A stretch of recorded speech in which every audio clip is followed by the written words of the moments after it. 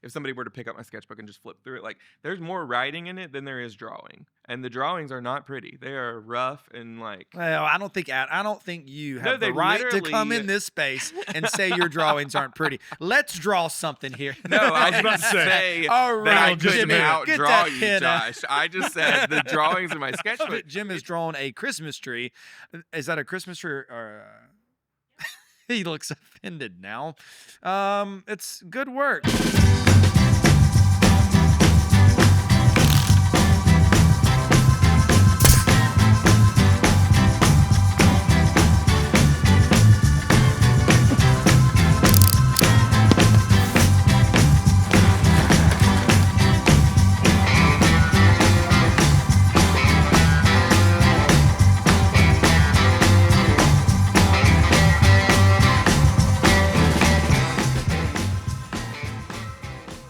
Welcome back to the Heirloom Podcast. Thank you so much for listening. Here we discuss all things legacy. Are you leaving a legacy that will be an heirloom? And today with us, we have the most creative person in this room, Thanks, Josh. Adam Trest. Oh, yes, that's true. We have with us the very talented and gifted artist of Laurel, Mississippi, Mr. Adam Trest. How are you, Adam? I'm great. We don't have his lovely half, Lily Trest, who really is the glue that holds his entire world together. 100%. Literally, without her, he wouldn't have been here today. He would have forgotten Absolutely. about it. Because what you may not know about Adam is he has 3 children under the age of 11. Well, under the age of 12. How old are your girls? 2, 7, and 11. 2, 7, and 11. All girls. Yeah, All chaos. I bet. All the time. Sounds like shift work over there. I've got the 2 o'clock. I've got the 2-year-old. I've got the 2. Her current shift is about 4 a.m. So yeah. What? Ouch. Before I had lunch with Jim earlier, and he was telling me a story about his daughter, Lottie, and how Goldie apparently like assaulted her in this big altercation. It's quite possible. I didn't talk to Adam about this, but your 2 of your 3 really beat her up. I mean, just pummeled her. And It tracked. I'm no surprise right now. and they did not. So, But that's the story I got, and I thought, you know what, I'm gonna play. I'm playing in it. I'm doing it. We're gonna go all in on this. So if that's what happened. Tell our listeners what happened in this. Just to give a brief account. It's our kids are friends. All of our kids are friends, and I go to pick up the girls from Adam's house the other night, and the girls are great. They walk out, everybody's happy. Everybody gets in the truck. I'm like, oh, did y'all have a great time? Yeah. And Lucy, my older logical one, is like, yes, everything's fine. And Lottie's like, Poppy hit me. And I was like, Poppy hit you? And she said, and Goldie. And I was like, but you got hit by Poppy and Goldie? And she was just adamant. And then she started thinking about it and was just like, oh. It was snowballing. And I said, you know what? I'm laying the law down on those 2. It is time. I put a stop to this. Poppy and 2-year-old Goldie, they've got to be brought under control. This is out of control. We got to put our foot down. I'm drawing the line. I'm calling Mr. Adam, and I'll handle this. And so then like things got a little tense all of a sudden. It was just like, well, I mean, and so I was like, nope, no protecting those girls. Don't stand up for those 2. And so I call you, and you didn't answer. I was like, dadgummit. And so anyway, I let it go. And we get to the house, and you call back, and I was like, Lottie, it's time. It's go time. And she started crying. She was bawling because she knew what was getting ready to happen. Because I was about to get your girls in trouble. And so when I started talking to you, I couldn't even keep a straight face. I had to leave the room. We were in the kitchen, and I came back and I was like, I took care of that. Well, that all makes sense now, because then what Jim actually told me on the phone was Lottie bad at your house? And I was like, I have no idea. I never saw her the whole time they were playing upstairs in the playroom. And so then I went and asked the girls. I was like, hey guys, was Lottie bad tonight? We had company and stuff, and they were like, no more than normal. No more than normal. Well, so Jim was blessed with, I think, and Lucy, his oldest, she's 12, 11. She's 11. 11. Yeah. She is the sweetest, most agreeable, always polite, never really goes against you in any way, right? That's your oldest child. Well, I mean, yeah, Well, but she's getting we'll wise. give her. We'll give her She's that. getting Yeah. wise. Yeah. But Lottie, on the other hand, she's been a bit of a pistol. She's my mother sent me a picture of her getting her hair done yesterday, and I said, "Man, I love that girl." Talking about Lottie, and Mallory said she's been a real handful today, and I was like, well, The picture, you can't see it. She's the cutest I'm little like, thing. I'm telling my mom, like, I'm sorry if anything happened. And how old is she? She's 4. She's 4. Yeah. And What was it that she always tells the truth, right? She's in a little lying always. stage right now. What was it the other day that she looked at you Oh gosh, and it was I so can't obvious that remember. she was lying? I I was can't there. I remember. saw it. And Yeah. you said, "You little liar. That's not true at all." And she just smiled. So, yeah. she'll make something up specifically about Lucy, like hitting her or being mean to her, and I'm like, I was there. That didn't happen. So, Adam, we're glad you're with us. Today, we want to talk about creativity. And we all know how creative you have to be when it comes to parenting.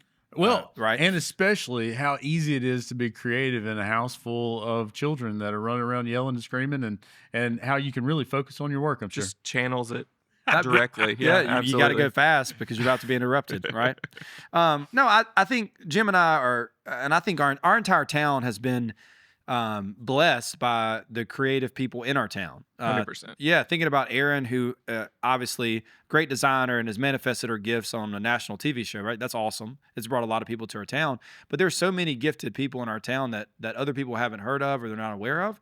I guess for me, as someone that's not an artist, is Laurel unique in its creative gift? Absolutely. Yeah. Yeah. No, I think my favorite thing about Laurel, and people always ask me that question of like, why are there so many creative people here in Laurel? And I think you guys talked about it a little bit already.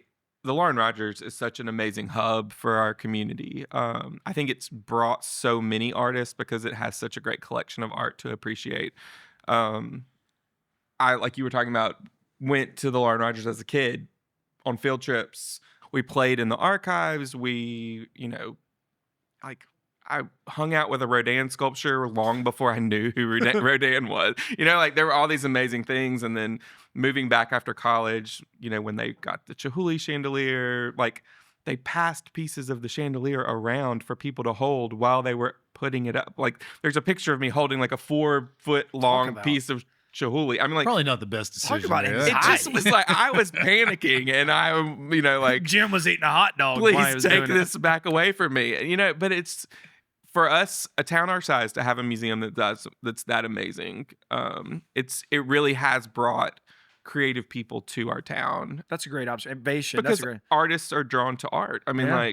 But not only has it brought artists to town, I think it has created the mentality that you can be an artist. It's cultivated. So it's absolutely. cultivated. That's what I was Yeah. thinking. So not only brings and attracts, but also cultivates within. Would you say that happened? Absolutely. Well, because there's so many different facets of the museum. There's an education aspect of I, as a kid, went to the museum and did programs and projects and things with the museum because it was there and convenient. I mean, I don't know that most people know this, but it's either 3rd or 4th grader in the city of Laurel goes through the museum at least once. Yeah.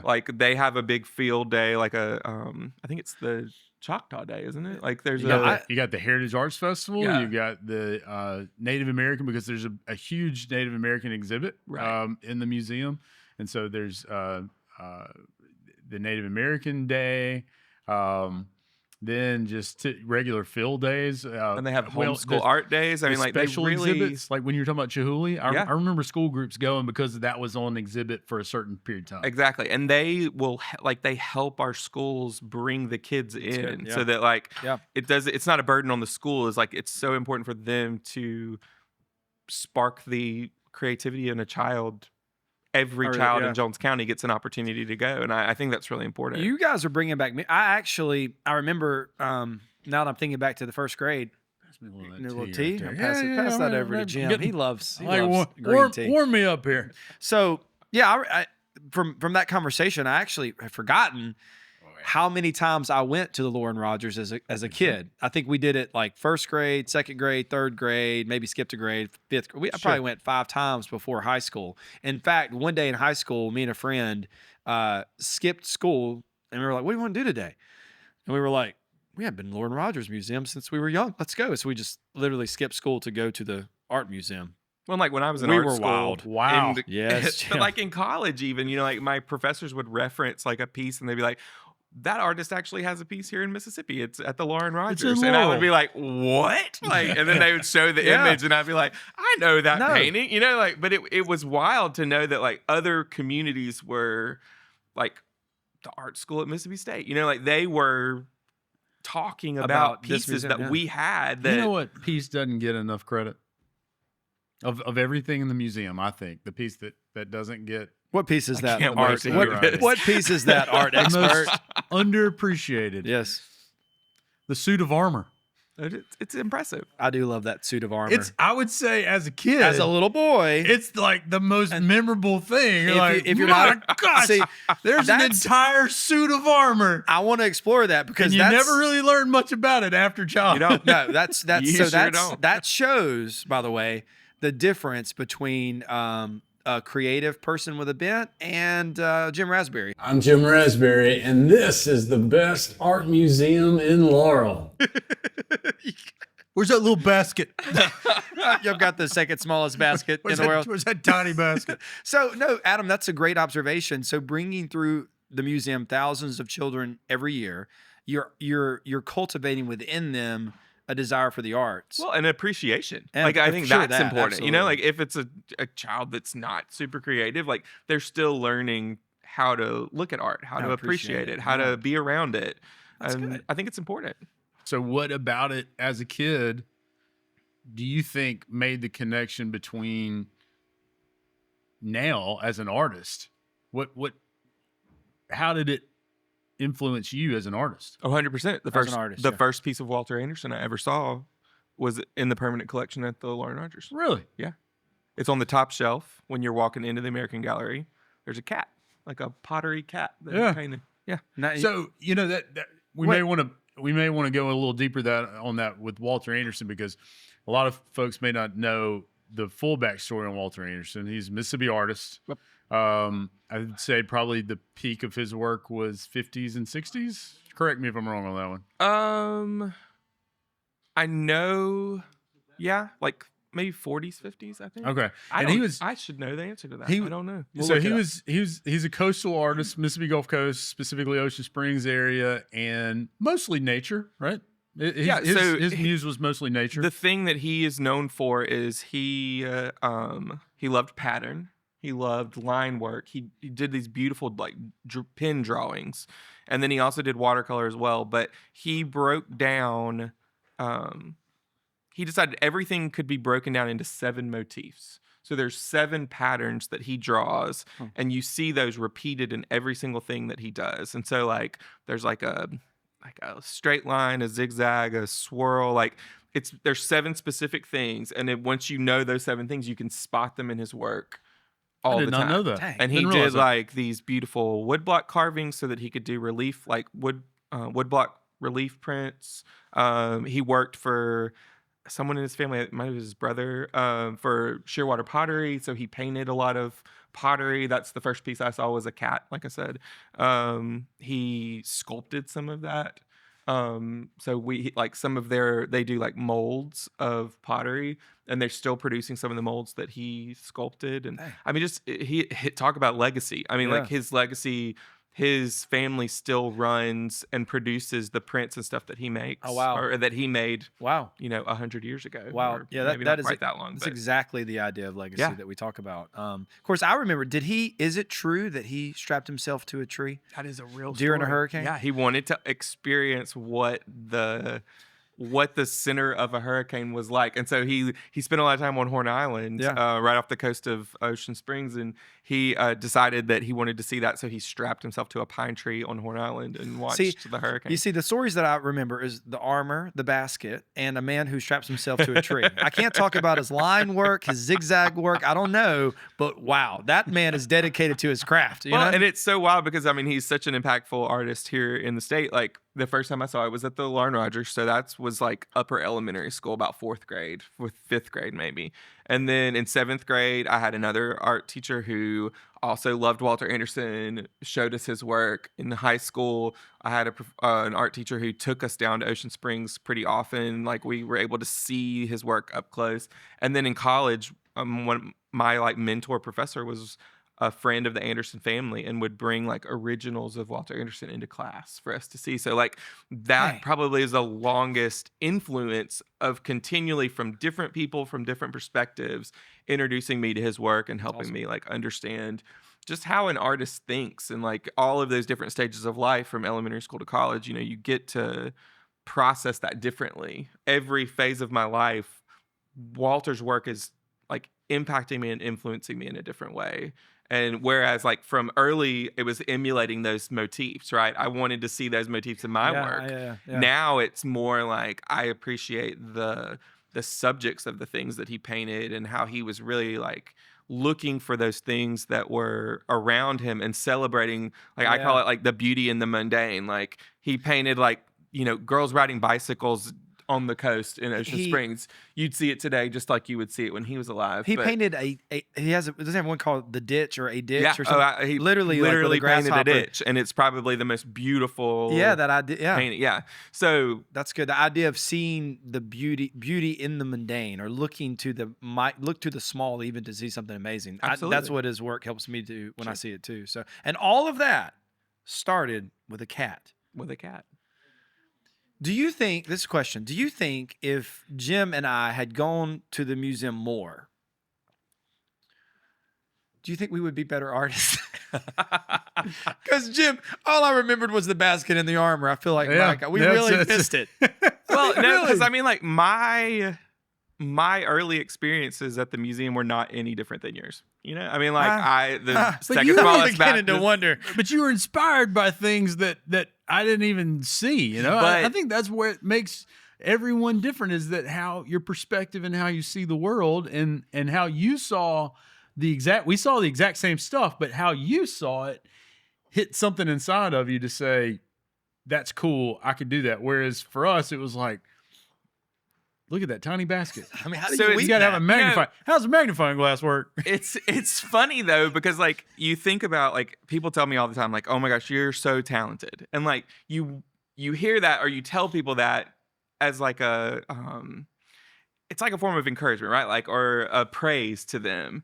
But then like for me, like if you're like, oh my gosh, you are so talented, like I appreciate the sentiment of that 100%. But I also feel like sometimes it demeans like the hard work that I also had to do to get to the point that I'm at currently. Yeah. So like for me, the talent part of that started with a desire to create. Yeah. So those trips to the museum were great and super influential and impacted me deeply. But I was drawing as soon as someone ever gave me a crayon, right? Like the first time I picked up a pencil, I was drawing in books. My dad would get mad and be like, why are you tearing that book up? And my mom would be like, leave him alone. He thinks he's making the pictures better, right? Like, and so it's the encouragement from outside sources, and then also just the desire to create something. Like, I saw that cat. You probably saw that cat too. When I left, I thought I want to recreate that cat. You know, like I don't even remember seeing. I think it may be. Is it very camouflaged? This cat? It is not large. It's like 6 inches tall, and it's on a top shelf. Like you'd have to be looking for it. You have to be an artist to see that cat. I don't know. But no, I think I understand what you're saying. The door was already cracked for you young, and every time you went to that museum, you got to see his work and other works. It just cracked more and more and more and more. Right? Exposure to that. You built your cabin. Why did you pick all of the things that you did other than Mallory's influence on you? But like, you had been to a cabin that you wanted to recreate aspects of it, or you were in spaces, or you Yeah. you had an idea that you wanted to like. Absolutely. Russell Roberts' cabin he's from Hattiesburg. His daughter and son-in-law are friends of mine, and they invited us over to his cabin, probably 15 years ago, 14 years ago. And I thought, you could have a cabin within like 15 minutes of your house. How cool. And it was so cool. And like the hotel, I mean, like walking through the hotel, I've never seen a hotel like this one before. Is it because it's unfinished and No. messy and dusty? But I have seen parts of this hotel right. in other really right. beautiful places and gone, man, that's really cool. And so you can see like, you're that not makes sense. recreating someone else's hotel, but you've been influenced by other buildings, and you can That's right. see that influence in this really beautiful space. That's so really like, good. Yeah. You're a product it's of the your same, environment. You're a product of your environment. And so like, did all those trips to the Lauren Rogers make me an artist? No. But all of those trips to the museum gave me inspiration that influenced me as an artist. That's Plus, right, you that's mentioned right. your mom. You 100%. like, Oh, I had you've got someone full-on at home saying, Support staff saying, keep it up. you're kind of good at this. If Yeah. you love this, do it. You know, like we Yeah. laugh all the time. My brother's very musical. Yes. I took lessons for music 7 times probably growing up. And every time I would walk in and it would be a struggle and I'd have to practice and I'd be like, it is not just- this hard with a paintbrush. I'm It not just didn't doing keep. that. Yeah, Like, it didn't keep. So you said something a while ago that I want to explore. You said that people look at you and they say you're so talented. well, it's just Jim, like Jim, when was the last time does anyone ever just looked at you and said you were so talented? I remember the last time, and I thought, you jerk. I hate both of you. Sorry, guys. No, because it was about when I was 12, I think. And it was my grandfather. That was my like- grandmother. It wasn't your grandfather. That was my grandmother. No, I tell you, my wife's never looked at me and said, "You're so talented." Has Lily You're ever done that? amazing. Has Lily done that for you? No, she does not.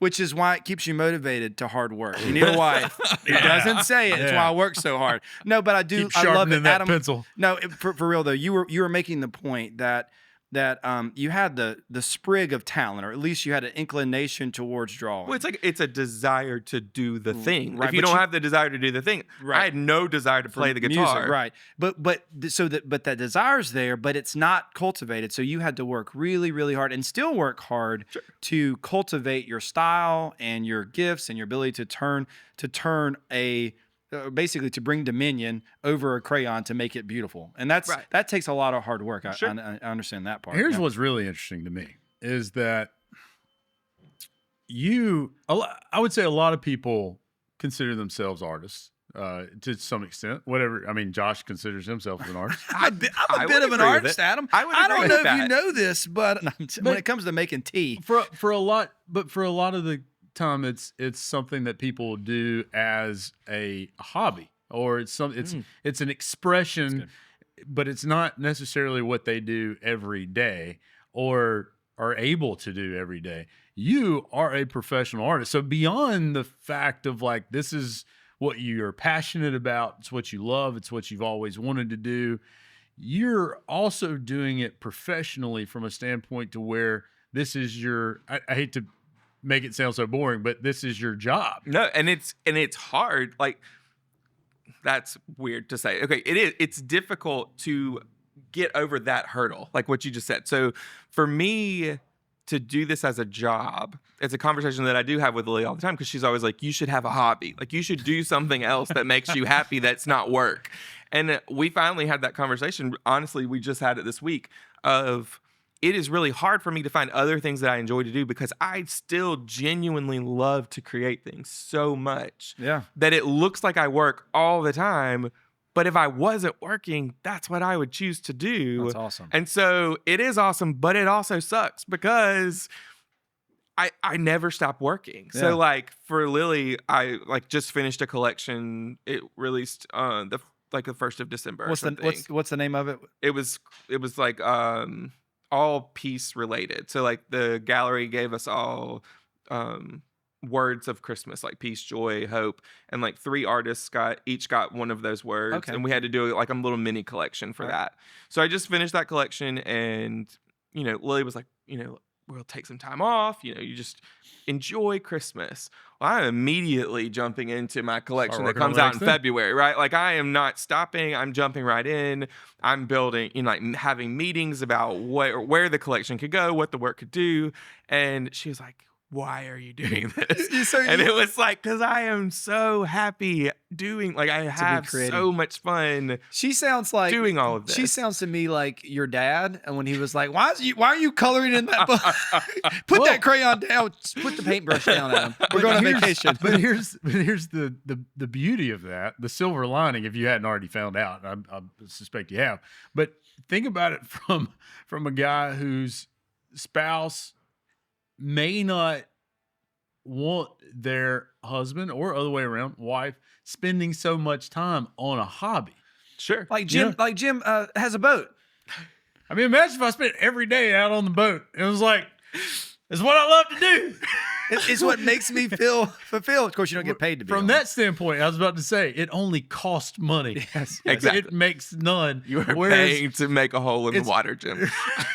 So for you, you're able to actually create a revenue stream from something that you love, and not many people can do that. And that's what a great thing. Well, to it be able falls to do. back to what Josh said of like my better half is not here, right? Like my wife is the manager of the business, right? Yeah. And she managed my career for a very long time, helping me to make decisions and helping me to pursue the things that I wanted to do to make it a lucrative. Yeah, because you were creating and painting and right, working, and it's hard to do both of those things. So it is not an easy thing to do that, because you have to think with both sides of your brain, and you want to only think with the what's fun and creative. You want to only do that part, but then you still have to be able to turn that into a business. And so there's a lot to that. So do you do it every day? Do what every day? You paint every day, or do something artistic every day? Absolutely, yeah. So I it's on that shelf over there. I carry a sketchbook around me everywhere I go. It's like somebody asked me the other day, they're like, "What are you doing with, like, why do you always have that with you?" And I'm like, it might as well be a shoe. Like, it is something that I carry with me every day, because that's the whole thing. Is like, I do work all the time, and I get people ask me a lot, like, well, how do you stay inspired all the time? Because that's the whole thing, like, in order to create, you have to have some kind of inspiration to fuel you. Well, I carry a sketchbook with me everywhere I go, because if I get inspired, I put it in my sketchbook. So then on those days in my studio when I'm not feeling inspired, I have a whole book full of inspiration that I can go back and look at things that I saw or things that I experienced and draw from that. You just gave me maybe $100,000 idea.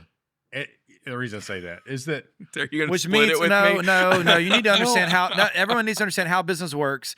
Jim has $100,000 idea that's going to cost us $300,000. Go ahead, Jim. Let's hear it. Everybody's getting sketchbooks. Check out JimRasberry.com for the Adam Trest sketchbook.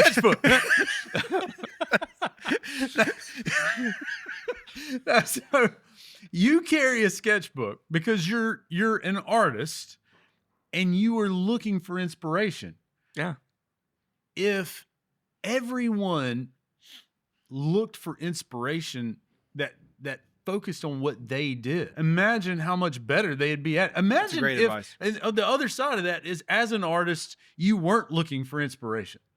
And you turned it into a job to where all right, it's 8:00 Monday, I got to draw something, whether I'm inspired or not. And you had nothing to pull from because you weren't paying attention to the things around you. It would be very difficult. Yeah. And basically anybody that has a job that starts at 8:00 on a Monday, if you hadn't been looking for inspiration to aid you in that job, it's a task. It's hard to do it. You have to think, like, what job couldn't do that? Like, oh, you're a chef. Like, you taste something that tastes amazing. You write it down. Like, I have ideas. I don't remember anything if I don't put it in that sketchbook. And so, like, look, I happen to have it today, but this is a notepad. It's going with me every day because of what you just said. If I'm writing down something every day about being inspired, even from a financial practice, Oh, like it's got to absolutely. go in that book. No, and I actually do that, Jim. So I would think of it for me. I'm not a sketchbook, but more of a commonplace book, right? So I was about to say, you don't write down No, everything. no, I'm no, talking no, about no, no. every day walk around Well, with a book. no, You and I that's need to be doing that. It's a phone. I use a cell phone. It's not as But even that is because still, it's ugly if I try to handwrite it. but it still works. But what I that. do, yeah, It's what the I so same when I concept.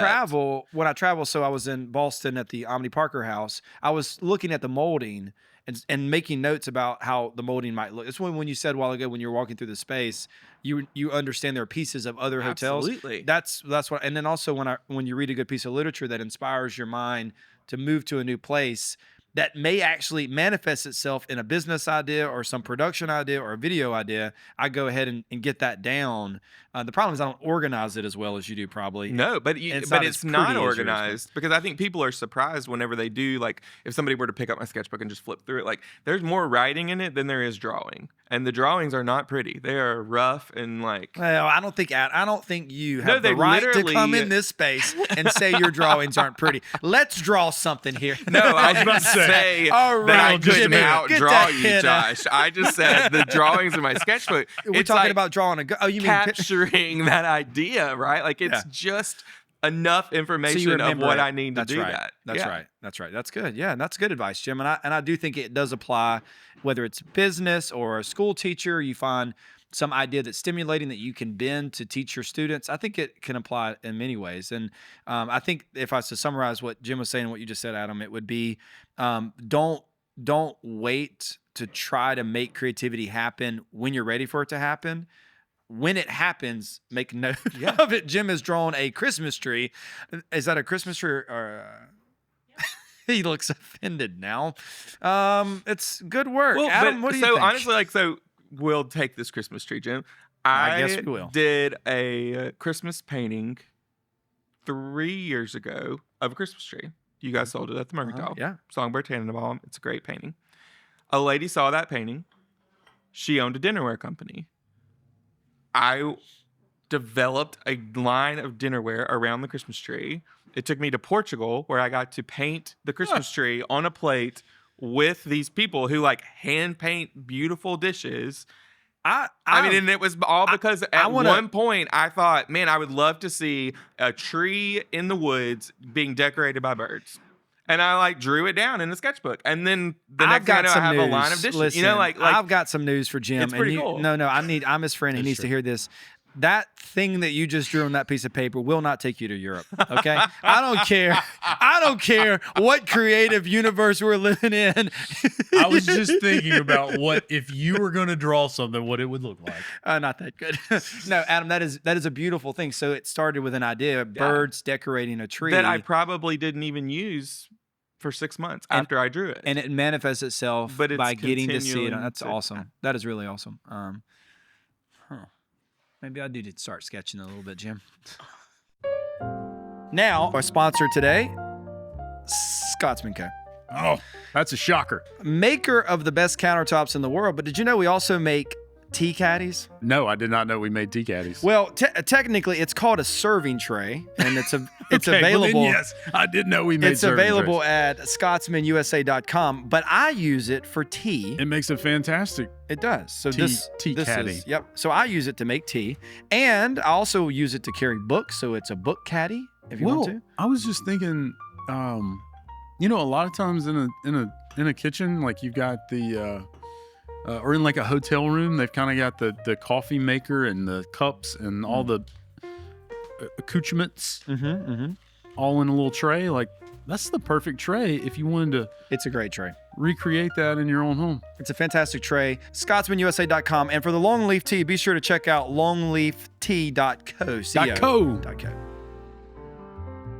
I want to talk for a second, Adam. You said something about you were talking about Walter Anderson. You were saying his legacy. Even now, his children and family are fed off of the work that he did during his life from the 40s and the 50s. His work not only has inspired artists from Laurel who saw a cat sitting on a shelf to create their own style of work, it also provides for his family still. Sure. From your standpoint, thinking legacy, thinking 100 years from now,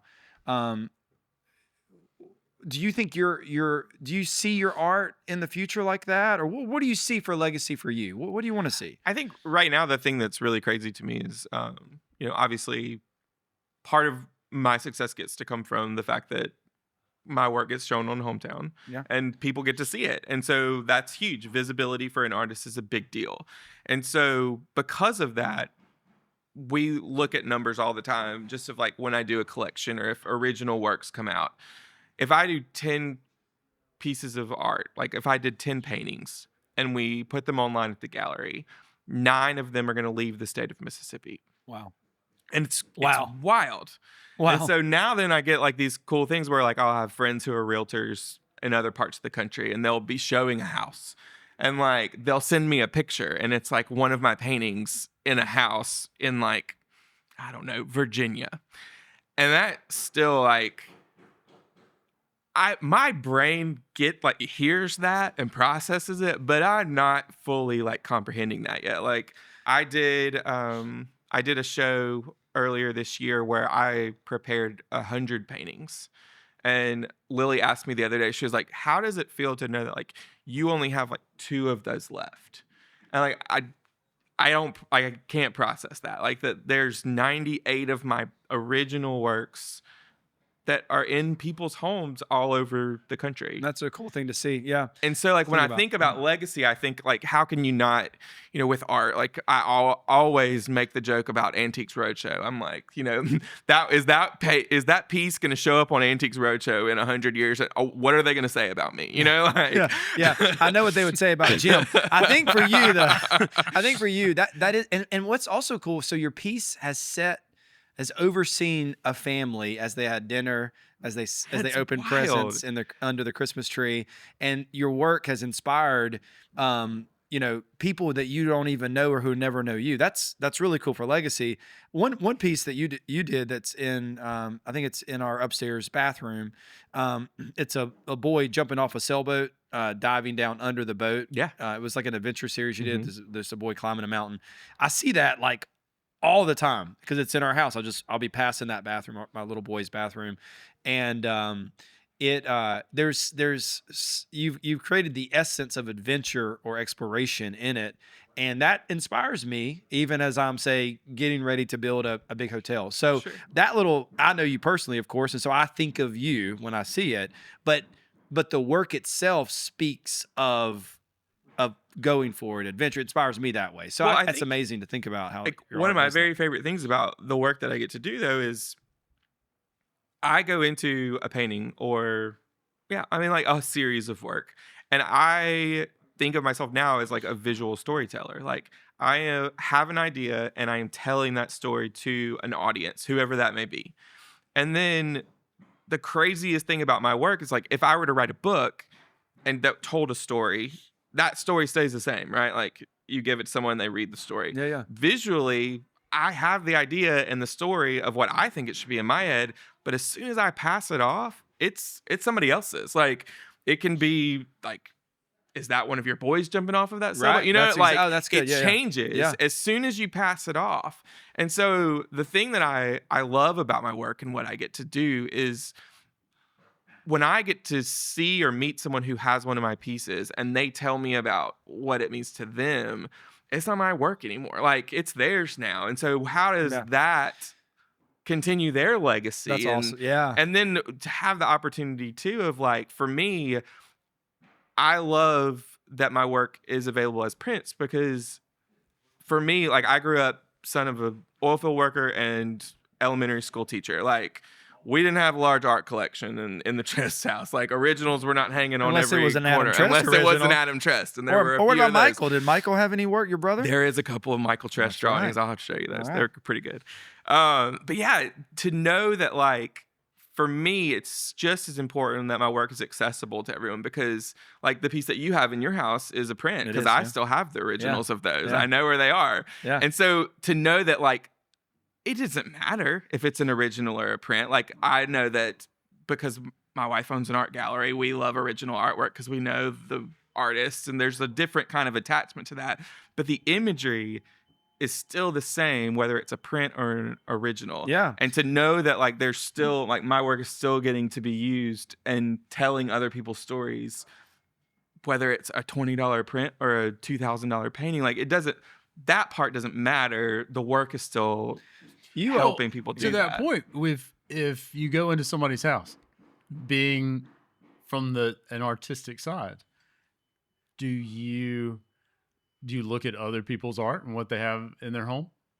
Oh, absolutely. And do you look at whether it's an original or if it's a print? Absolutely not. Like that part to me,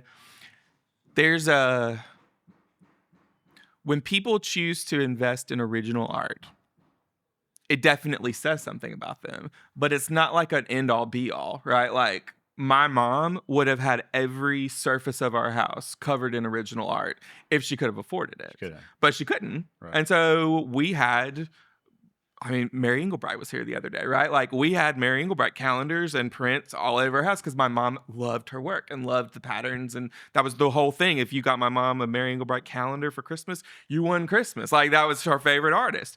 So like to me, the appreciation of the art, original or print, doesn't matter. Right. There is I have an appreciation for people who purchase an original pieces of art because they feed my family, your livelihood, right? your livelihood comes but out. also the people who buy prints also feed my family. Like Yeah. it's the fact that they think enough to spend their money and their hard-earned money to buy a piece of something of mine to decorate their walls with. Like print, original, it doesn't matter. Like I am like so humbled by that. Like it overwhelms me to think about. But you prefer to.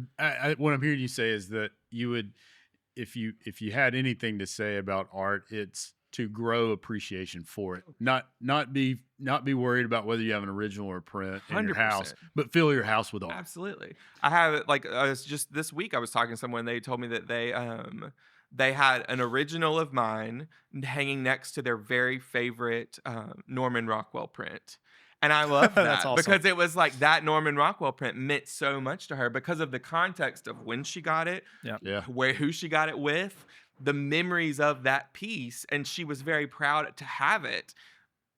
That's what it's for. Whether it was an original that should be in the Smithsonian or a print that she tore out of the cover of magazine, like it doesn't matter. It's that the work spoke to her and she still holds it to that regard because it's just like listening to that song and thinking of your dad. Like art of every kind does that. So it's, keeping that image. If you come to Laurel and you see the mural in Trestmark Park and you really love it, that print is at the Mercantile, right? Yeah. You can take it home with you, and every time you see it, you can have that feeling of when you were standing in Trestmark Park after eating at Pearls. Like whatever it is, I love that art can transport you that way.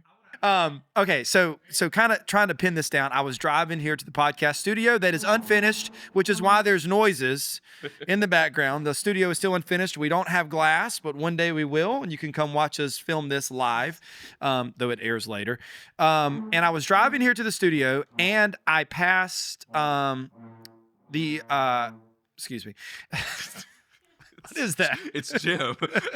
It's all that tea. Tee it up, baby. So I was driving to the podcast studio and I passed. What did I pass first? I passed the art park. Where you had designed the murals that were hanging, but also the fence. When we remodeled it, you made a fence that is your art. And then I passed. First, I passed your Jim's old apartment. And your brother's old apartment, that little park that has your art in it. And I passed the store where you opened one of your first galleries, the next coming to the podcast studio.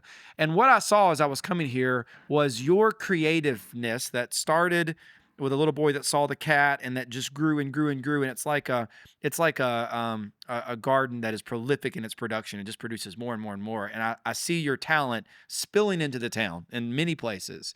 And in that way, your creativity has an impact in a small town for a legacy that it may not have had in a bigger place. So I have two questions. Do you think that this town and it's I guess it's more it's just a guess. Did you always want to be in Laurel? And did you always think that Laurel was going to be the creative environment that it has been for you? So that's my first question. Did I always want to be in Laurel? Yeah. Was Laurel like a creative hub for me? Yeah, like did you think that it was going to have such a big impact? Because again, I see the impact. Literally, I see your work as I'm driving here in parks and on signs and Sure. yeah. No, I did not want to be in Laurel. I finished school. I moved home for a short period of time, and then I moved to a town that had a booming art scene, and was there for about a year, and realized pretty quickly that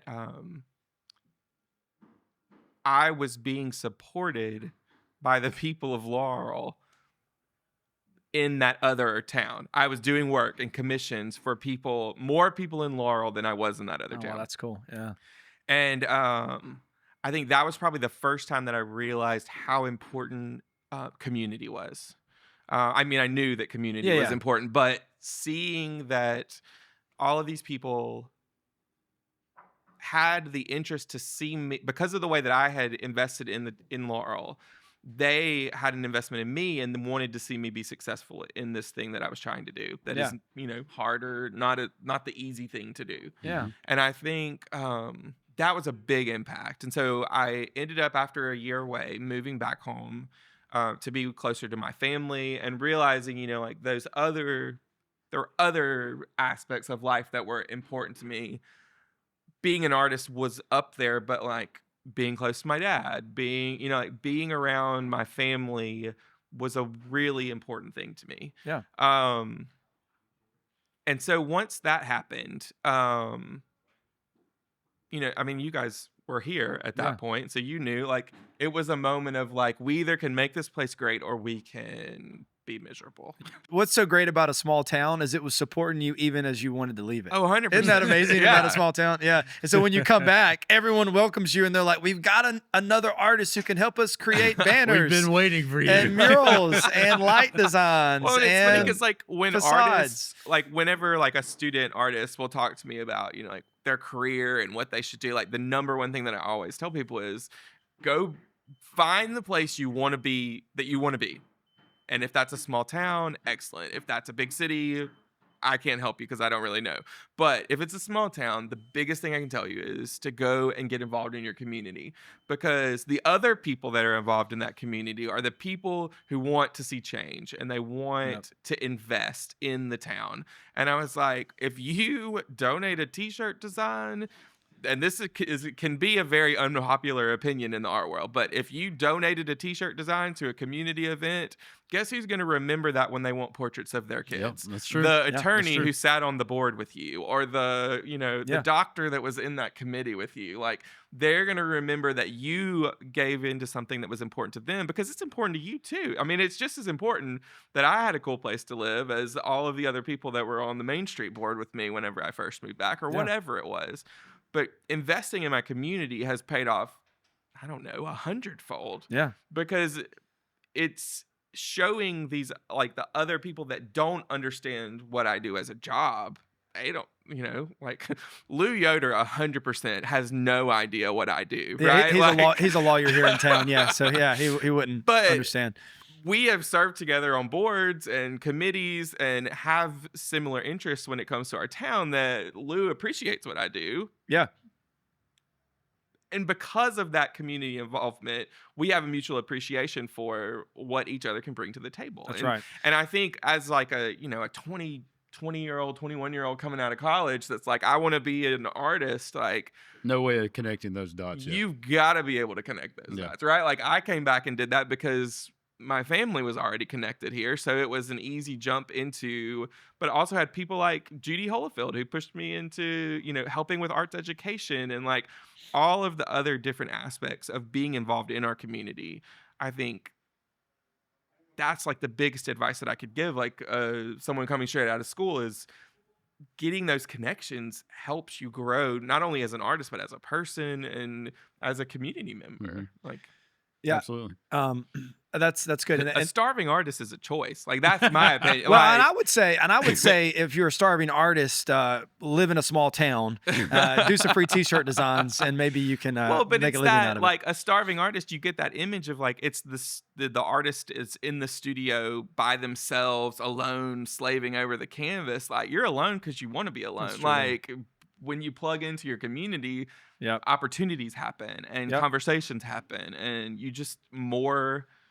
Like when you're involved in what other people, then they want to be involved with you. And I think, and what you see there is like that's what I mean. Men like me and Jim that are more, business minded.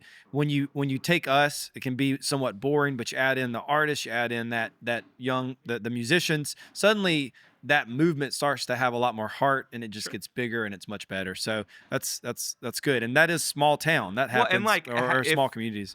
When I started my first business, if I had a question about business, if I was trying to do it on my own, who would I ask that question to, right? Like, but if I had served on a board with Jim, I would say, "Hey, Jim, I got a question for you." Like, well, and there's a value to the friendship there too, because if you go into a town where you really don't know anybody and you need to ask a question, and you call up somebody, you're probably on their clock. Like you're about 100%. To be charged.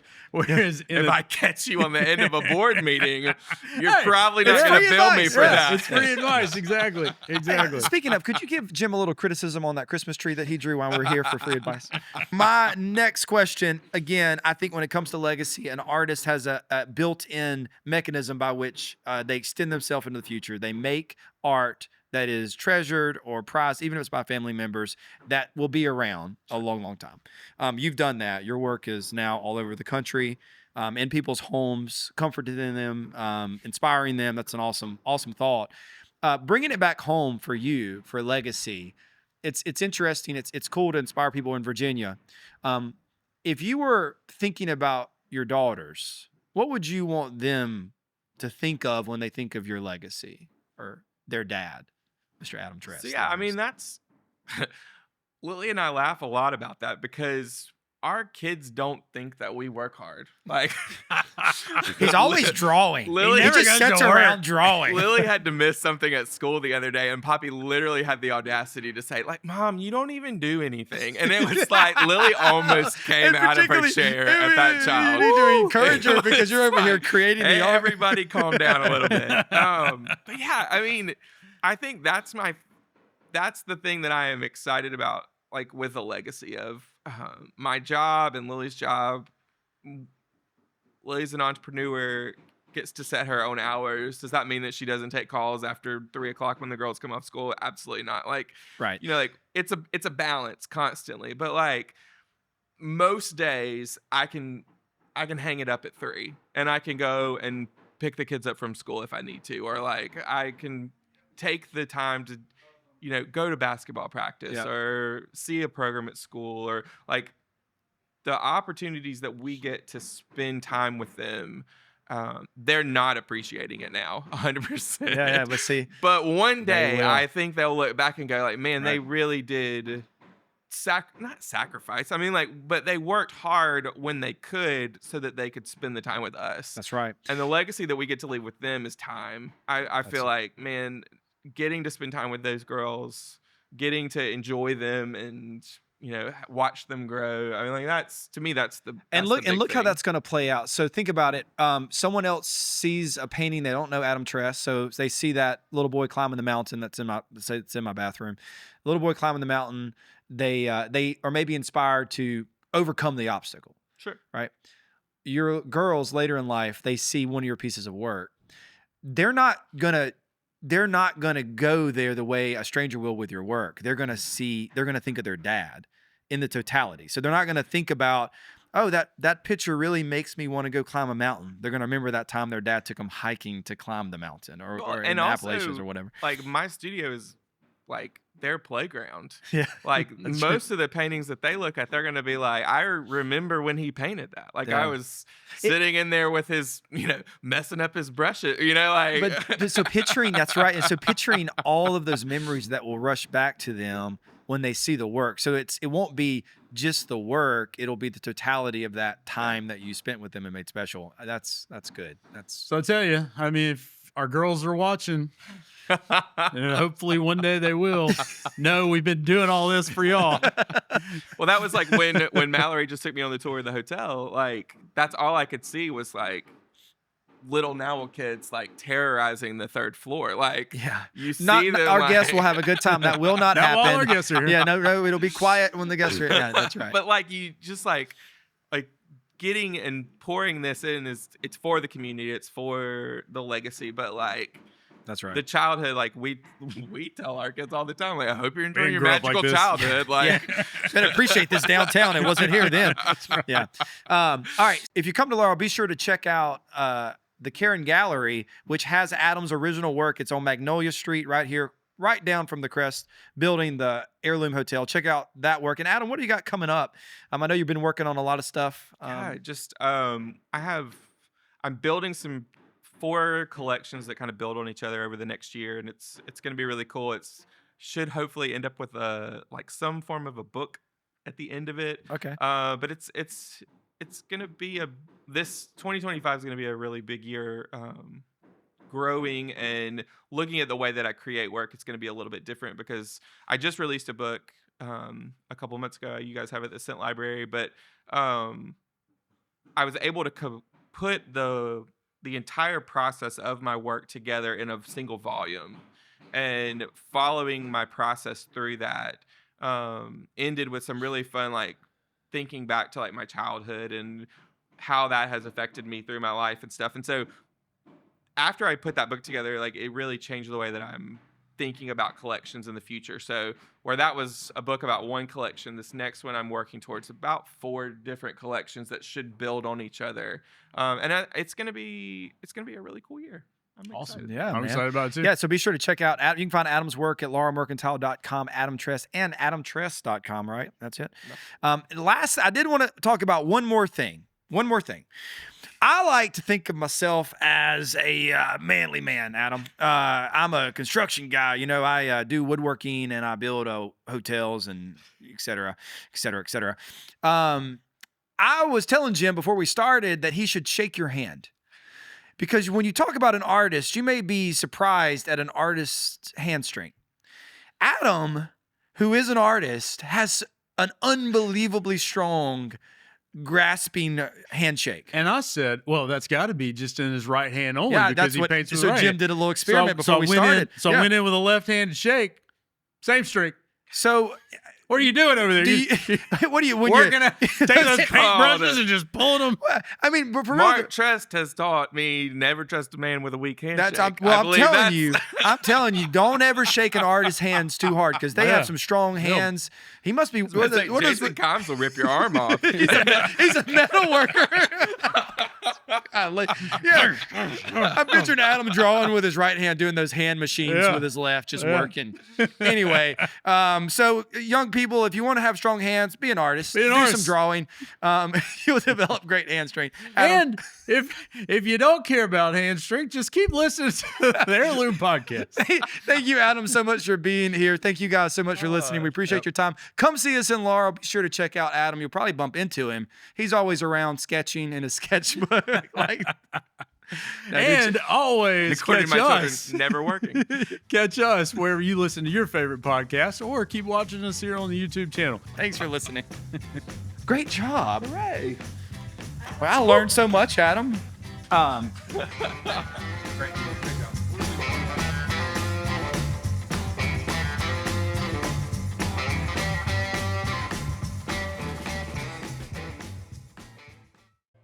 Wrap it up. I'll take it.